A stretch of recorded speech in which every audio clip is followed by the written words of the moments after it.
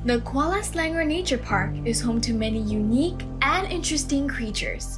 Among these wonders of life comes another, a more agile, energetic sort, the color-changing silverleaf monkey. The silverleaf monkey is our logo. Okay, it's already, there's a logo was there. So it's like a part of KSNP. And this monkey we call as a Presbytis cristata. Okay, the scientific name. But monkey at Kuala Selangor is quite unique because it's an endemic species. Okay, once I say endemic species, it means we only can find at this area. Okay, if you go other part of the world, you cannot find this animal. It's an endemic species and it's a subspecies from Presbytis cristata. We call it a Tristitis selangorensis. Though differing in species, the Trichopathecus selangorensis shares the same behavioral traits with other monkeys. Both male and female juveniles engage in a lot of playing, along with infants that are a few weeks old. When the infants face any kind of danger, their bright orange fur easily catches the attention of the older silverleaf monkeys and alerts them of the situation so they can rush to protect the young one.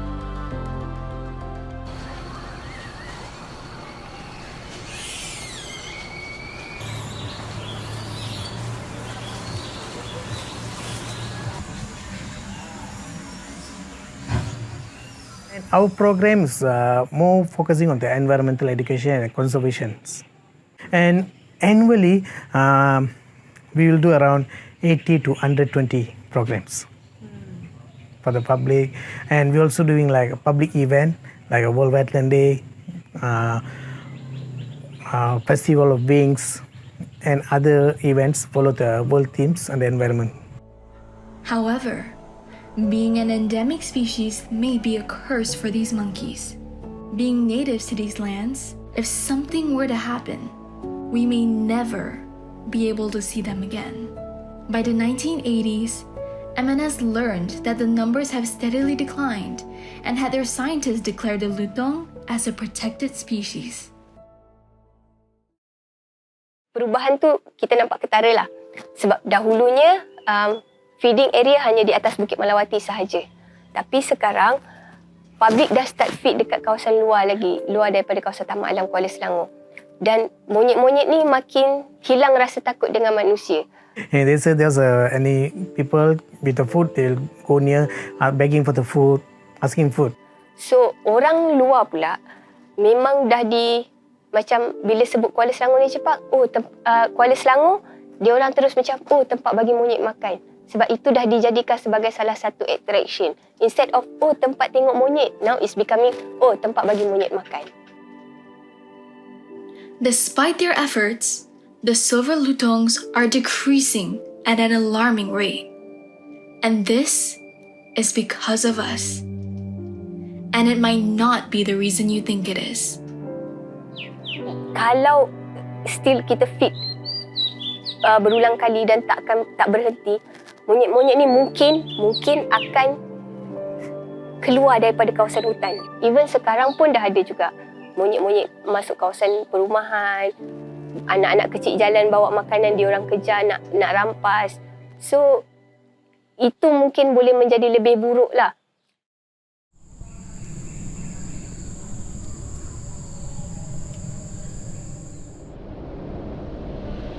While we think feeding these furry friends is simply a harmless and generous action, sooner or later, this could disrupt the balance of the ecosystem, for not only them, but for us too.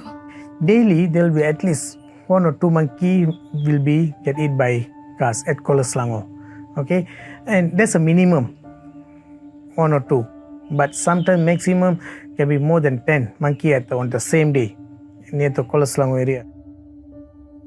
There is something that is very disturbing to know, that these monkeys will go to such a distance for food after being exposed to such a small and somewhat harmless gesture by us humans. Even more so, it is disheartening to know that despite the efforts of MNS and the park to curb these problems, nothing has worked. Still ada juga orang yang bermurah hati untuk bagi monyet makan. So memang setiap kali kami nampak, kami akan tegur lah. tolong jangan bagi monyet makan, jangan bagi monyet makan. Dan diorang still akan flick the foods to the monkeys juga. So when that happen, apa yang kita orang akan buat, kita akan suruh diorang keluar daripada kawasan taman lah. Dan macam nak feed, encik kena keluar dari kawasan taman. Taman dalam kawasan umum memang tak boleh nak makan. Kami hanya ada kuasa untuk menegur sahaja. If I say, excuse me, this is not a place for feeding, they will question me back. Well, there's no any signage. Who say? They will asking something like that. Human stubbornness and ignorance is something we can agree on. But surprisingly, that what seemed to be a gesture of kindness can actually produce more harm than good. As the silvery lutongs become ever more daring to venture out, they face another problem: human development.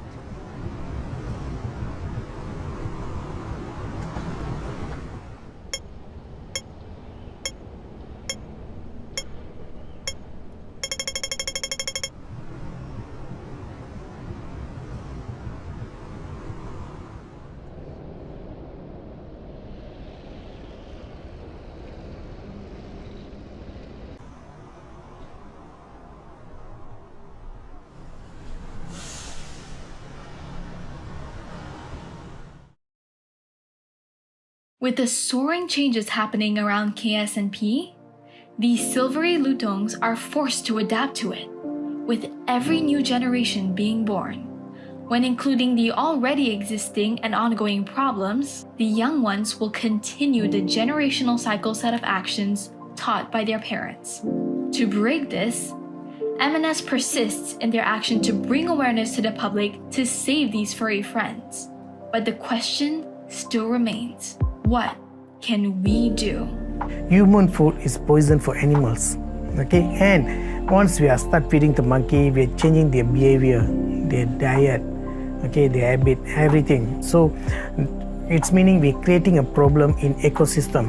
Second, if they see any monkey, please make a gap, okay, barrier, okay, no need to be so near, be so kind to monkey and create a connection between the monkey and human.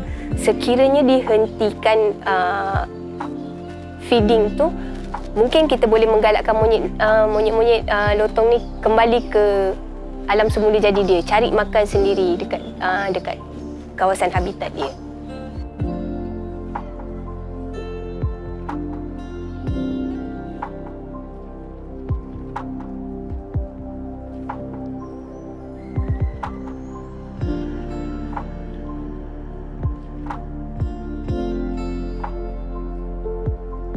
Living harmoniously, sustainably with monkey.